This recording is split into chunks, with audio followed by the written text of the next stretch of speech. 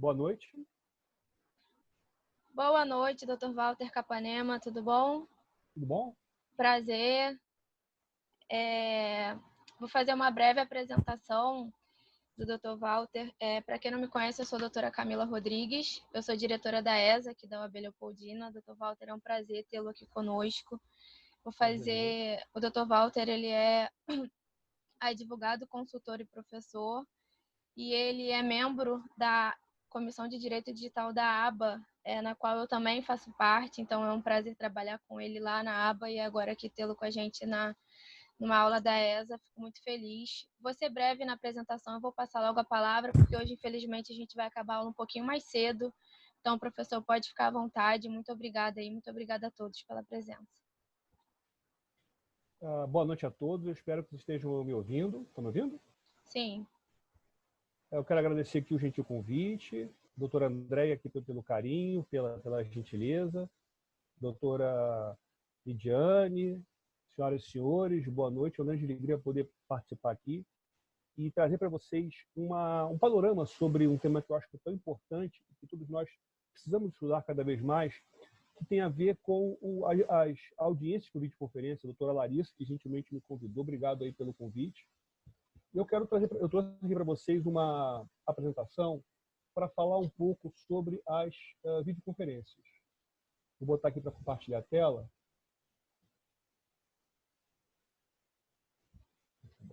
Vou botar agora aqui para compartilhar. Vamos ver se vou conseguir. Está aqui, pronto. Eu acho que vocês estão vendo direitinho, né? Então, eu queria conversar aqui com vocês um pouco sobre essa questão da videoconferência, que eu acho que é um assunto importantíssimo, especialmente para nós, advogados. Estamos no meio de uma pandemia, como todo mundo, mas todo mundo também está trabalhando de casa, e nós temos aqui o desafio dessas audiências. E eu queria, obviamente, começar aqui falando com vocês, justamente fazendo uma introdução. Quando a gente fala dessa questão da audiência, né, quando a gente fala dessa questão da virtualidade, a gente percebe que foi uma aceleração trazida pelo coronavírus, né? Graças ao coronavírus, se é que é possível dizer isso, nós tivemos que nos mudar, nós tivemos que ficar em casa, nós tivemos que voltar para casa, nós tivemos que trabalhar em casa, e não só isso, nós tivemos que aprender a viver meses e mais meses de casa. Eu estou desde meados de março em casa, né? Estou aqui quase 4 meses, e estou ministrando as minhas aulas, fazendo minhas audiências. Eu montei basicamente um pequeno estúdio em casa para sobreviver mesmo, né? Para a gente poder, para poder trabalhar e para poder fazer as minhas atividades. E veja que a questão de você migrar para esse mundo virtual é algo que não é só do mundo do nosso mundo dos advogados. Percebe que todas as carreiras, né, de alguma forma, foram para esse modo telepresencial, nesse modo em que nós tivemos que trabalhar no home office, e esse modo ele foi realizado de uma maneira muito improvisada, uma maneira onde nós não tivemos uma forma de aprendizado. Olha, você começa a trabalhar da sua casa a partir da segunda-feira e pronto. Nós não tivemos um treinamento de qual é o melhor ambiente, quais são os melhores programas, qual é a melhor segurança para se fazer. Então, nós tivemos que nos adaptar a essa situação.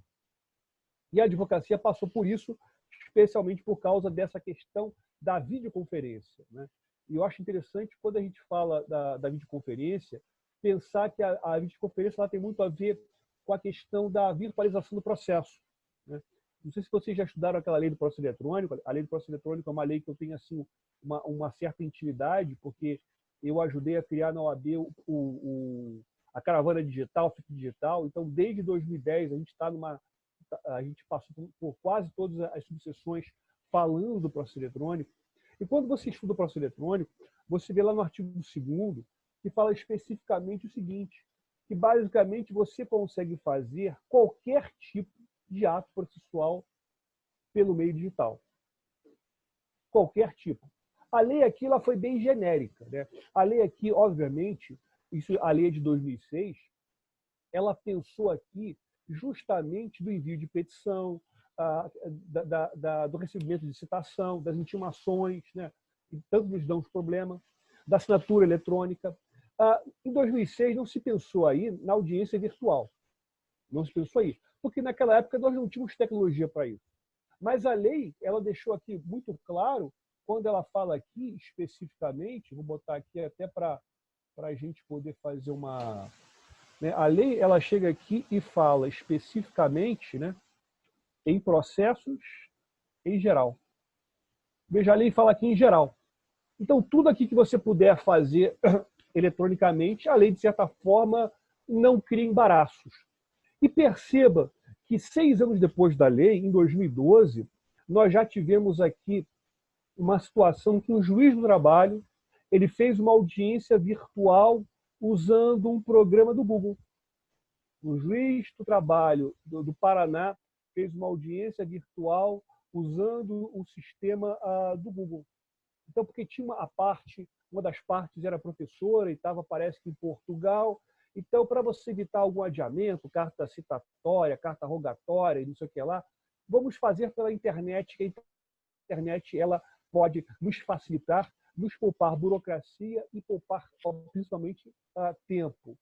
E veja que parece que a Justiça do Trabalho ela sempre se preocupou com isso, porque mais adiante, nós tivemos agora em 2019, né, o professor Rodolfo Pamplona, um juiz de trabalho muito festejado da Bahia, um professor também muito querido, que ele utilizou o WhatsApp para fazer um acordo. Veja, nenhuma dessas duas situações, propriamente dita, ela trata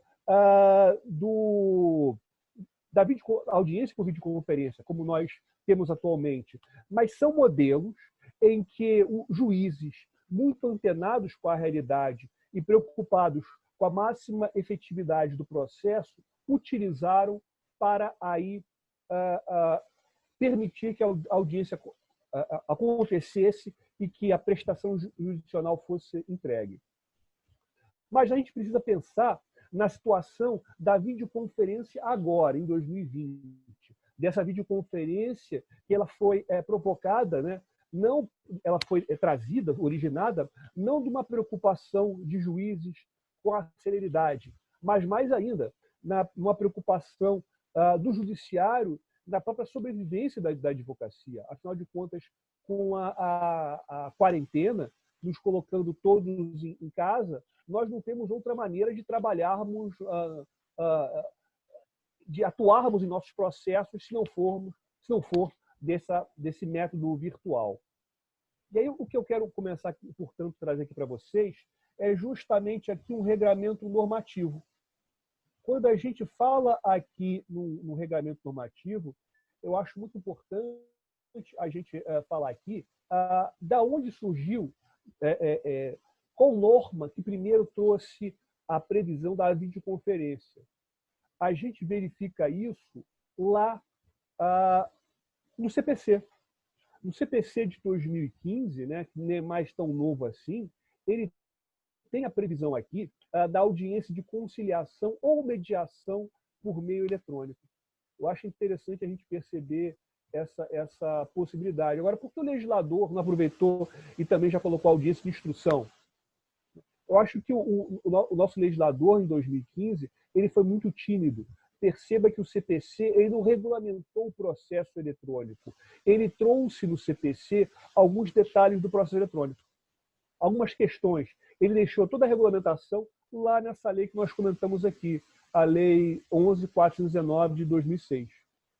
Mas aí a gente está aqui no 334, nessa lei aqui, que é uma lei muito importante, a Lei 13.994 de 2020. Alguém quer falar alguma coisa? Alguém quer falar?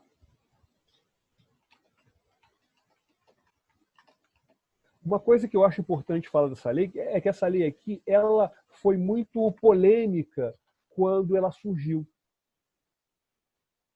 Por quê? Porque essa lei ela modificou a lei dos juizados para permitir, né, a conciliação não presencial. ou seja, que a audiência de conciliação fosse realizada num procedimento tal qual o do CPC, o procedimento de transmissão de áudio e de vídeo. O interessante, quando essa lei surgiu, eu vi uma gritaria muito grande, se é que é possível dizer isso, dos colegas advogados, porque entendiam que essa lei foi uma lei elitista, privilegiando os advogados e partes que tinham melhor condições de internet, de computadores, de celulares, para poder utilizar esses dispositivos. Eu até entendo a revolta desses colegas, mas eu vejo aqui, data vênia, que esse entendimento é injusto. Esse projeto de lei foi originário do falecido e querido professor Luiz Flávio Gomes, né, um dos grandes professores que nós tivemos no Brasil, e ele foi um dos responsáveis pela democratização do ensino à distância quando criou o curso dele LFG, que era em EAD. Ou seja, ele pensou em tornar a prestação jurisdicional tão abrangente como um curso online. Hoje em dia tem curso online em todo qualquer lugar, graças à iniciativa corajosa dele. Então, eu vejo que a intenção do professor aqui não foi de restringir, ao contrário, foi de ampliar o acesso. Mas veja, até agora aqui, eu falei basicamente de audiências de conciliação. Seria possível termos audiência de instrução e outras espécies de audiência? Sim, é possível. E o melhor regramento aqui seria justamente o ato normativo 14 de 2020 do nosso TJRJ. Nesse ato normativo 14 de 2020, eu tenho a possibilidade das audiências e das sessões virtuais. Isso é muito interessante. Ou seja, o nosso tribunal, sensível à situação dos advogados, verificou o seguinte, que não vai ser suficiente para a prestação jurisdicional apenas a audiência conciliatória de mediação realizada no formato virtual. É importante, é fundamental que todas as outras audiências também sejam feitas assim, porque a gente não tem a menor ideia quando esse período de pandemia vai acabar. E é fundamental, como eu disse, que nós possamos ter a entrega dessa prestação jurisdicional. Veja que há aqui uma regulamentação, ainda que em passant, uma previsão, ainda que em passant, na resolução 313 do CNJ, ela foi depois reeditada na 314 e na 318, né, com as suas extensões. Mas eu queria que vocês percebessem o seguinte, que a videoconferência justamente é a utilização de recursos tecnológicos disponíveis para a transmissão de sons e imagens em tempo real. Ou seja, só é propriamente uma audiência de videoconferência se houver a possibilidade das partes dos advogados poderem se comunicar por áudio e vídeo simultâneo com o juiz, mediador ou conciliador. Dito isso, eu começo a pensar em alguns problemas. Quais são os problemas que eu pensaria aqui? Primeiro problema deles. A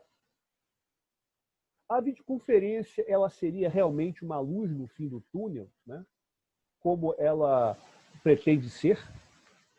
Veja o artigo 23 da Lei dos Juizados, quando ele diz o seguinte: se o demandado não comparecer ou recusar-se a participar da tentativa de conciliação não prejudicial, o juiz togado proferirá a sentença. O que é importante colocar aqui, que eu vejo que não só em sede de juizado, mas na própria sede do procedimento comum, procedimento ordinário e dos procedimentos especiais, a audiência virtual ela deve ser uma faculdade. Deve ser uma faculdade que deve ser conferida ao advogado da parte, para que ele possa analisar se é a melhor situação. Porque muitas vezes você vai estar diante de uma parte que não tem acesso à internet, ou não tem um celular, um computador capazes de fazer esse acesso. Ou então, o que talvez seja mais comum, é uma parte que seja talvez uma pessoa mais simples, ou talvez uma pessoa de mais idade, e que não detém aí do conhecimento mínimo necessário para operar esses aplicativos. Eu vejo que até alguns desses desafios podem ser relativamente superados. Veja o caso de uma parte que não tem, ou de uma testemunha que não tem acesso à internet ou não tem computador, obviamente, tomando as medidas sanitárias cabíveis, eu vejo que não haveria um impedimento legal da parte da testemunha ir até o escritório do advogado, ressaltando, se não houver nenhum, tomando as medidas de segurança possíveis, sanitárias, para, de lá, praticar o seu ato processual. Né? Uma questão que aí surge, que é complicada, é o seguinte: como é que vai ficar a incomunicabilidade da testemunha se você colocar no mesmo ambiente a testemunha, a parte e o advogado? Né? Como é que vai ficar essa questão da incomunicabilidade que se preza tanto na hora do depoimento, na hora da colheita do depoimento pessoal? Eu vejo que isso daí é um caso a se pensar e a se analisar caso a caso.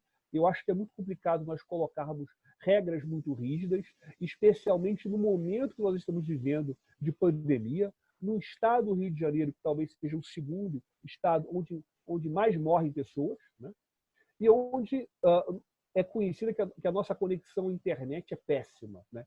A conexão de péssima qualidade. Então é importante que se analise.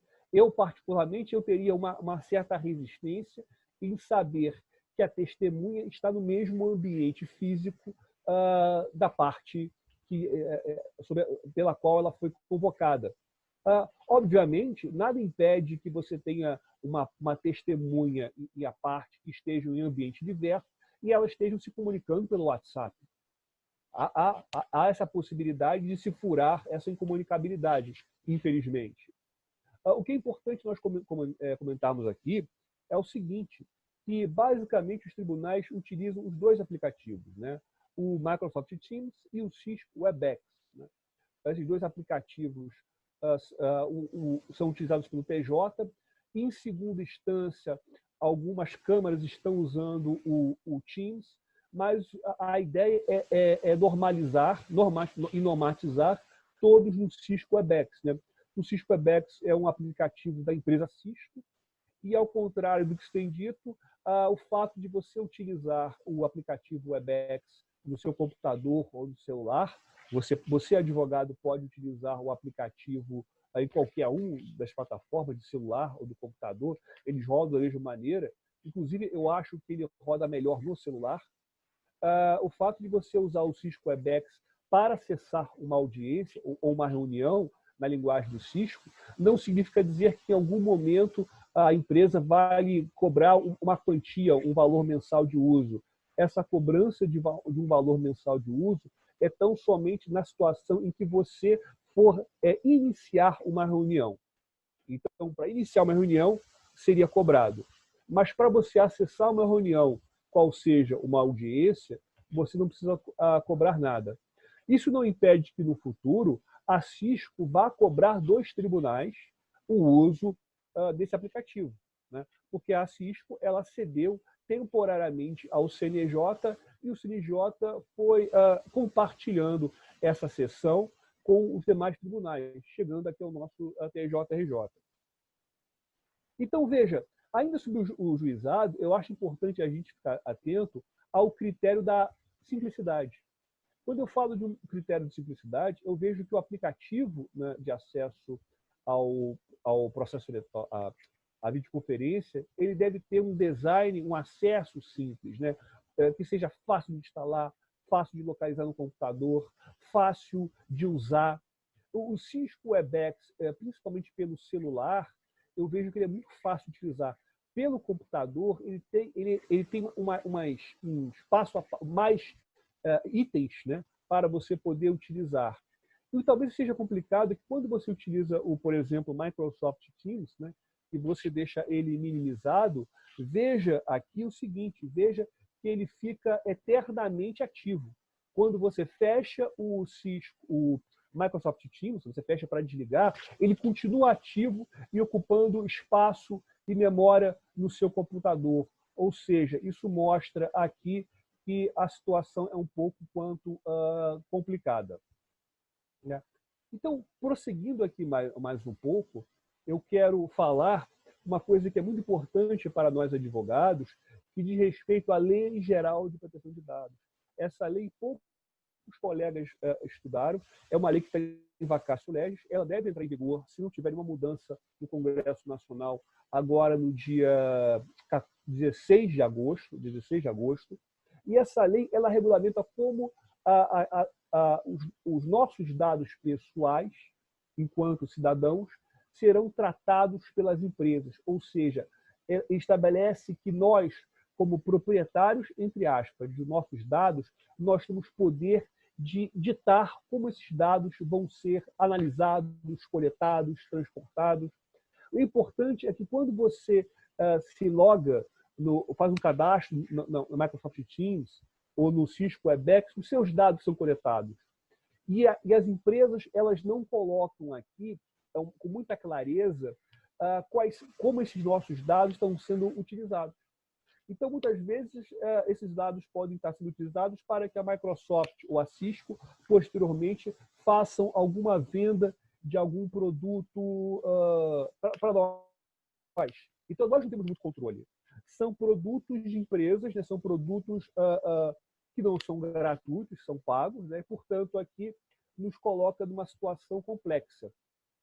Interessante citar que a lei do processo eletrônico, lá no seu artigo 14, fala que os sistemas dos tribunais de justiça devem privilegiar programas de código aberto.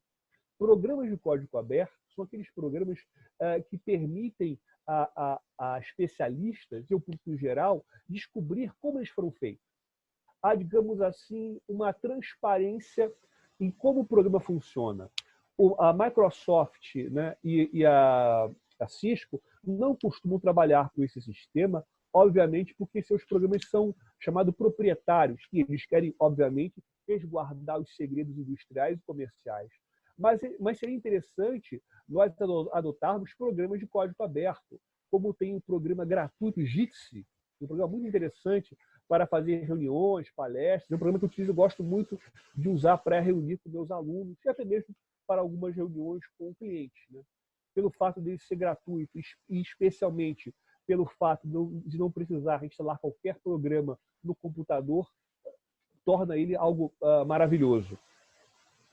Veja que o artigo 189 do CPC diz aqui que os atos processuais serão públicos.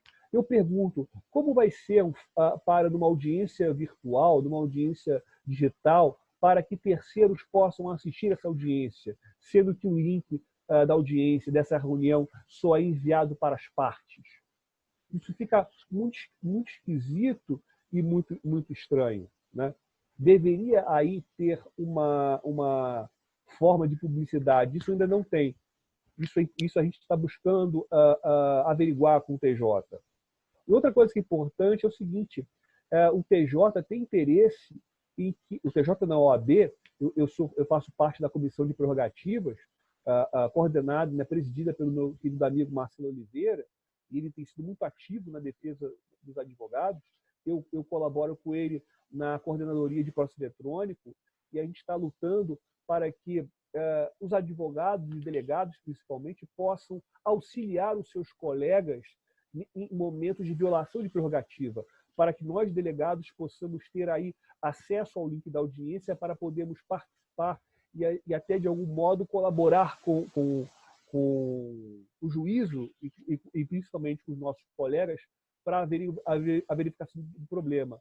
Às vezes, muitas das vezes, basta uma conversa para a gente resolver uma possível violação de prerrogativa. É interessante também nós comentarmos aqui a situação do Zoom bombing, né? O Zoom bombing foi uma conduta, se é que é possível dizer assim, de brincadeira, ou talvez um ataque, né?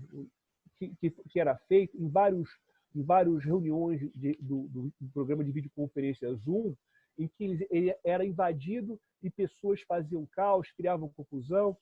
Eu até entendo um pouco a restrição do TJ para evitar que nós tenhamos no Webex ou no Teams problemas como o Zoom bombing.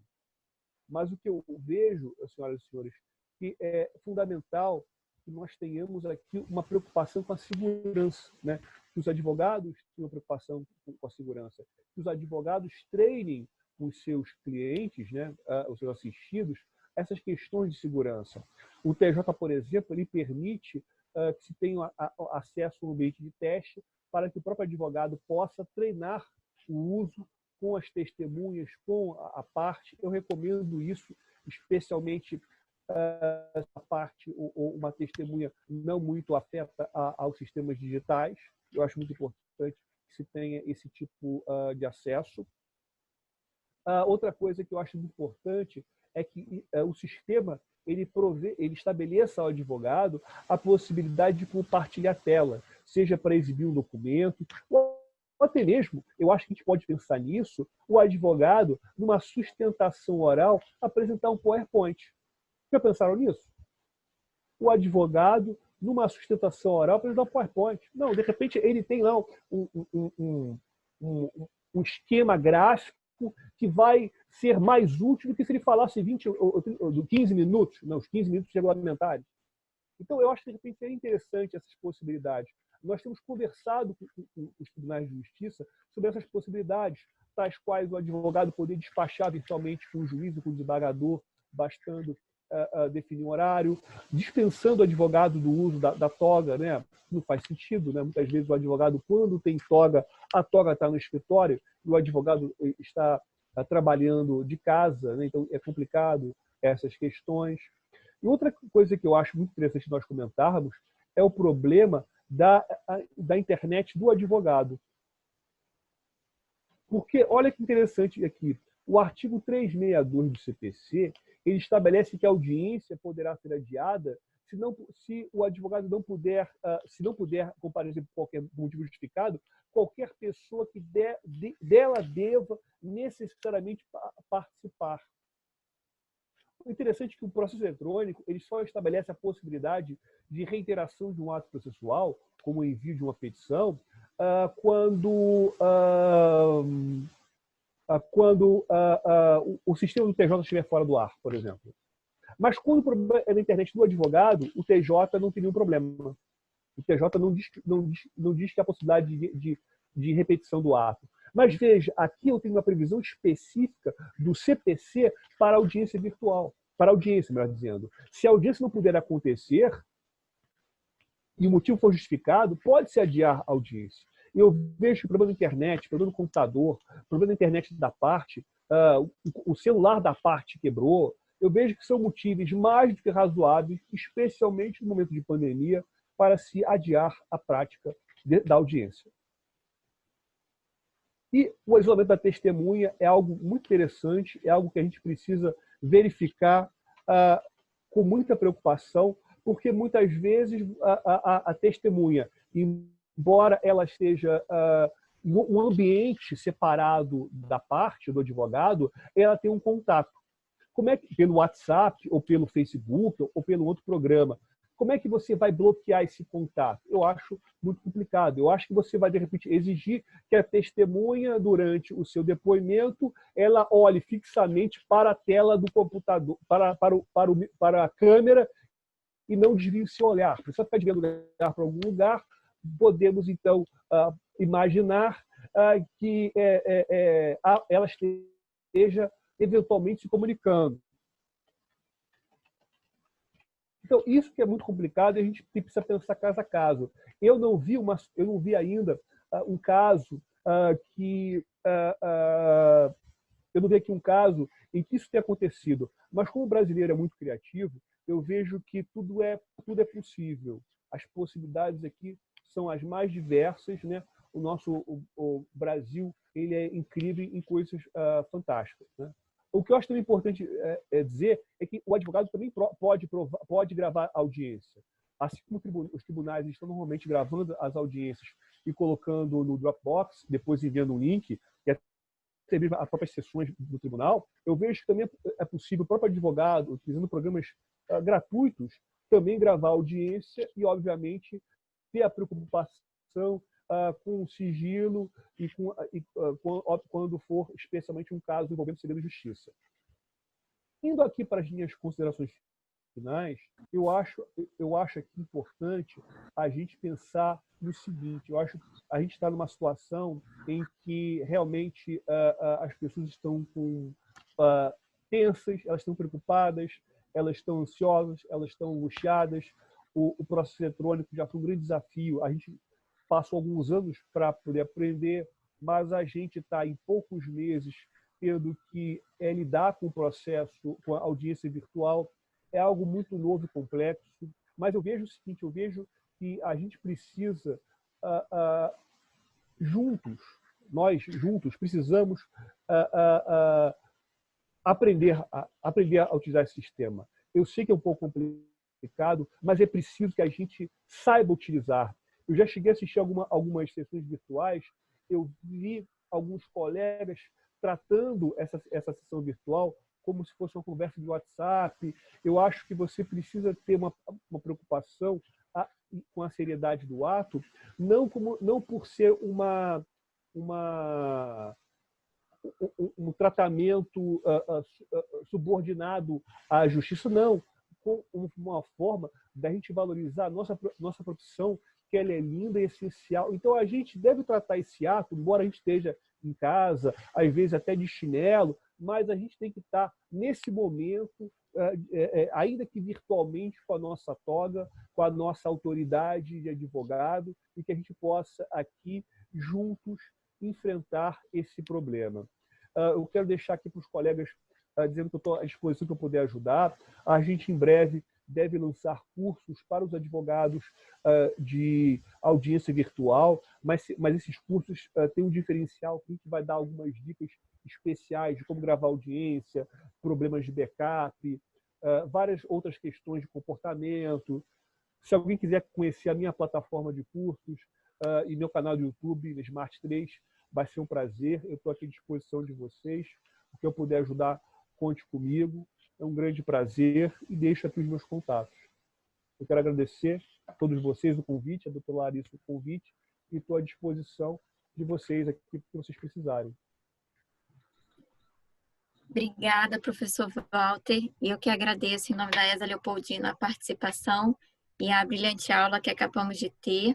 Esse que é um tema que é uma dúvida no momento, né, de muitos, e que todo mundo precisa e quer aprender cada vez mais sobre audiências virtuais, né? Agradeço mais uma vez pela participação do professor Walter Capanema. Agradeço a todos os que estiveram aqui presentes com a gente nessa aula de hoje e faço já o convite para que estejam presentes também na próxima terça-feira, dia 21. Nós vamos ter aula sobre teleperícias no âmbito previdenciário com o doutor Eduardo André Brandão, que é juiz federal da 25ª Vara Previdenciária do Rio. E espero todos vocês de novo na próxima terça-feira, às 18 horas. Vamos enviar o link para vocês novamente. Obrigada, professor Walter, e obrigada a todos os presentes. Obrigada, professor. Obrigada a todos pela presença. Boa noite. Fique com Deus. Tchau, tchau. Obrigada.